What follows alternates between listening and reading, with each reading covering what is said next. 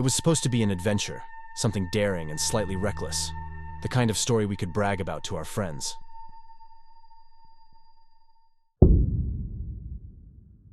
My girlfriend Emily and I had always been thrill seekers, drawn to the adrenaline rush of exploring the unknown. So, when rumors reached us of a haunted cemetery located outside the city, about a half-hour drive into the secluded countryside, we couldn't resist the temptation to investigate it ourselves.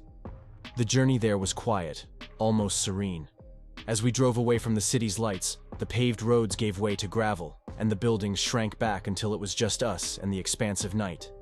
The cemetery sat isolated, surrounded by dense woods that whispered secrets in the wind. It felt like stepping into another world, one that was untouched and forgotten by time. We arrived as the day was surrendering to the night, the sun sinking below the horizon, casting elongated shadows that danced across the ground.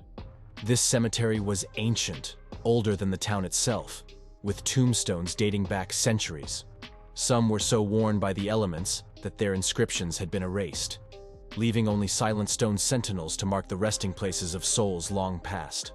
Hand in hand, Emily and I ventured in, our flashlights piercing the encroaching darkness. We walked between the creepy tombstones, our path winding through the graveyard like a maze. Each tombstone told a story, from grand monuments to modest markers, some adorned with fading flowers or weather-beaten photographs. The air was thick with the scent of moss and decay, a constant reminder of the death that surrounded us. As we delved deeper, the well-maintained graves gave way to a more neglected part of the cemetery. Here the weeds grew tall, entwining themselves around the tombstones, as if trying to pull them back into the earth. The names on these forgotten graves were barely legible, the details of who these people were, and the lives they led lost to time. That's when we stumbled upon the ruins of an old house, hidden in the cemetery's most forsaken corner. It was as though all sound had been sucked from the air, leaving a heavy stillness in its place. The structure was crumbling, overtaken by ivy and brambles, but it stood as a testament to something once alive within these hallowed grounds. Our curiosity drew us closer, and that's when we saw it, a pentagram, stark against the foundation of the house, drawn in what looked to be chalk or some white substance. Surrounding it were the unmistakable signs of a recent fire, ashes and charred wood scattered around, with dark stains marring the ground, eerily reminiscent of dried blood. The discovery sent shivers down my spine, and Emily's grip on my hand tightened. We shared a look, a silent conversation of fear and disbelief. Who would do such a thing here, and why? Our gaze then fell upon a glinting object at the pentagram's edge, an old rusty knife lying abandoned.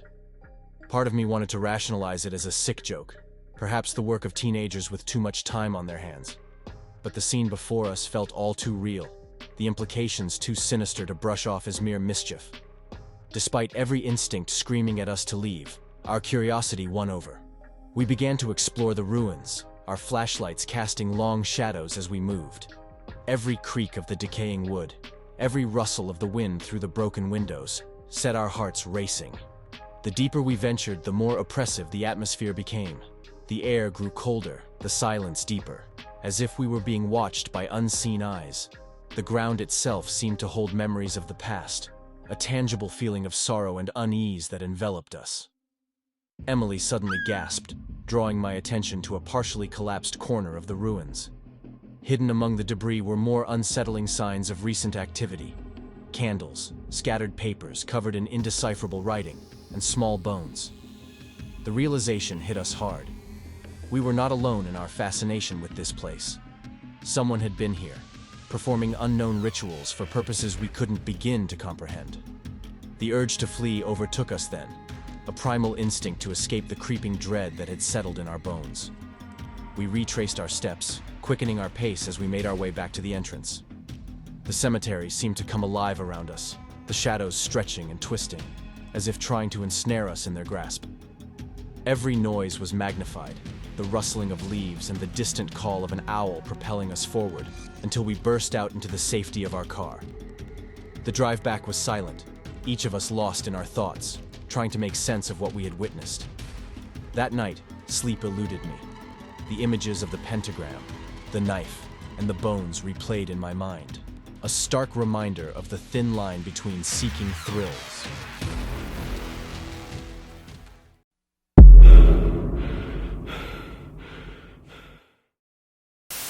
I've always been a bit of a skeptic, never buying into the ghost stories and legends that seem to fascinate everyone around Halloween.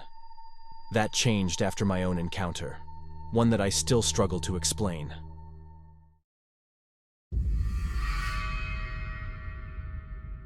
It began on a seemingly ordinary Thursday afternoon, when I decided to take a shortcut through the local cemetery. I was late for a meeting and figured it would shave a few minutes off my walk. The cemetery was old and sprawling, filled with a mix of ancient, weathered tombstones and newer, polished granite ones. The air was cool and crisp, typical of early fall, and the only sounds were the occasional caw of a crow and the rustle of leaves underfoot. As I hurried along the path, a glint of metal caught my eye. Curiosity got the better of me, and I veered off the path towards the source of the reflection. Nestled against an old, moss-covered tombstone was a ring. It looked like it had been there for a while, half buried in the dirt and leaves. I picked it up, brushing off the dirt to reveal an intricate silver band with a large, dark stone set in the center. The craftsmanship was exquisite, unlike anything I'd seen in modern jewelry stores. Inside the band, an inscription read, "Eternal Love, M&J." It felt wrong to just leave it there, as if I'd stumbled upon a piece of someone's life story that deserved to be remembered, not forgotten. So, I pocketed the ring, thinking I might try to find out who it belonged to later. That night, my sleep was restless. I kept dreaming of a woman dressed in black, wandering through the cemetery, her face obscured by a veil, sobbing quietly. In my dream, I followed her, trying to offer help, but every time I got close, she'd vanish into the mist, leaving me alone with a feeling of deep sadness and longing. When I woke up, I was drenched in sweat, the dream still vivid in my mind. I glanced at the nightstand where I'd left the ring, half expecting it not to be there. But it was, seeming to absorb the moonlight and glow with an inner light. Over the next few days, a sense of unease followed me. I'd catch glimpses of a shadowy figure out of the corner of my eye, only to turn and find nothing. The air around me would occasionally turn cold, sending shivers down my spine. And every night, the dreams returned, more intense and vivid than before. The woman in black started to speak, her voice a whisper in the wind, begging me to return what I'd taken, to let her rest in peace. I realized then that I couldn't keep the ring. It belonged to her, this spirit who seemed tethered to it by some unbreakable bond of love and loss. I decided to return it to where I'd found it, hoping it would bring her some measure of peace. The next day, under the bright, clear sky of a perfect autumn morning, I made my way back to the cemetery. I found the grave after a few minutes of searching, the name Mary Johnson carved into the stone, along with dates that told of a life cut tragically short. I knelt by the grave, taking the ring out of my pocket. "I'm sorry," I said aloud, feeling a bit foolish but compelled to speak. "I didn't mean to disturb your rest. I hope this brings you peace." I placed the ring gently on the grave and stood, a feeling of finality washing over me. For a moment, everything was silent. Then, the air around me warmed, and a light breeze picked up, rustling the leaves in the trees above. It felt like a sigh, a release of pent-up energy. I took a deep breath, feeling lighter than I had in days, and turned to leave. I never experienced anything strange after that day. The dream stopped, and the sense of being watched disappeared.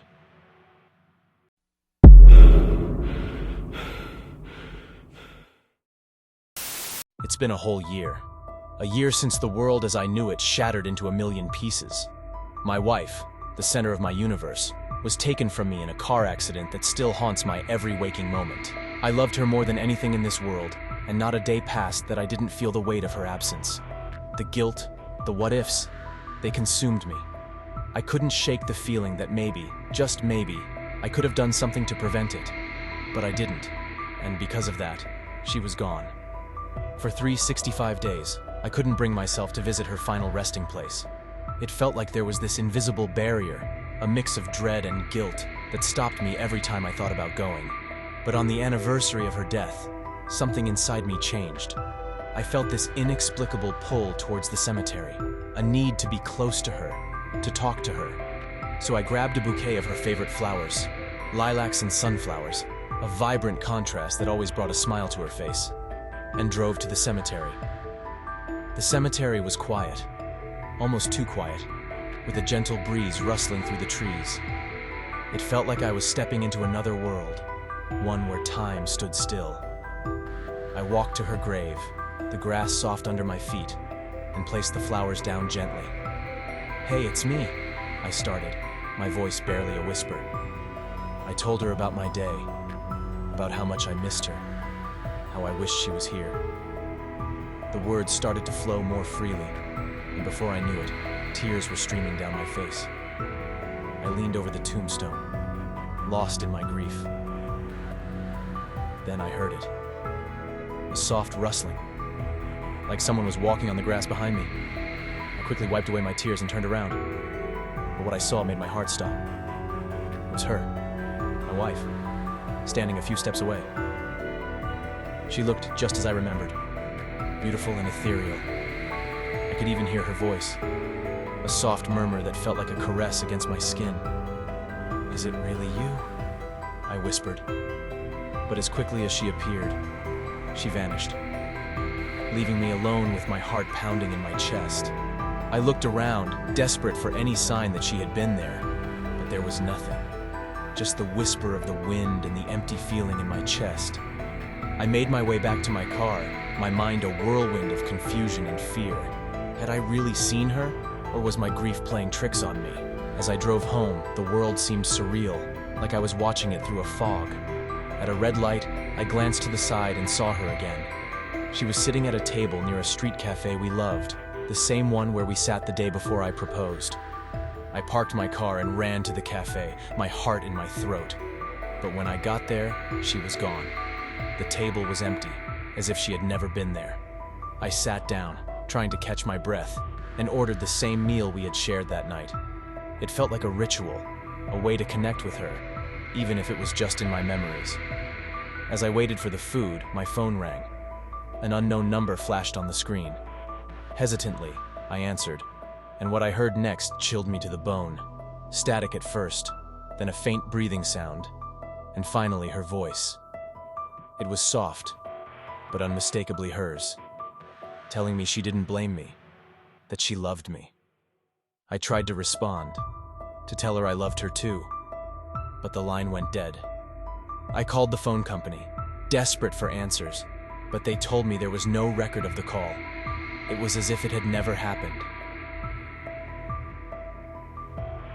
10 years have passed since that day.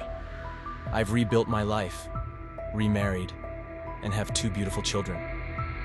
But the memory of that day, the sound of her voice, it's never left me. Sometimes, late at night, I wonder if it was all real, or just a product of my grief-stricken mind. Was she really trying to reach out to me, to give me closure? Or was it just my way of coping with the loss? I may never know for sure, but it's a question that haunts me, a reminder of the love we shared and the mystery of what lies beyond.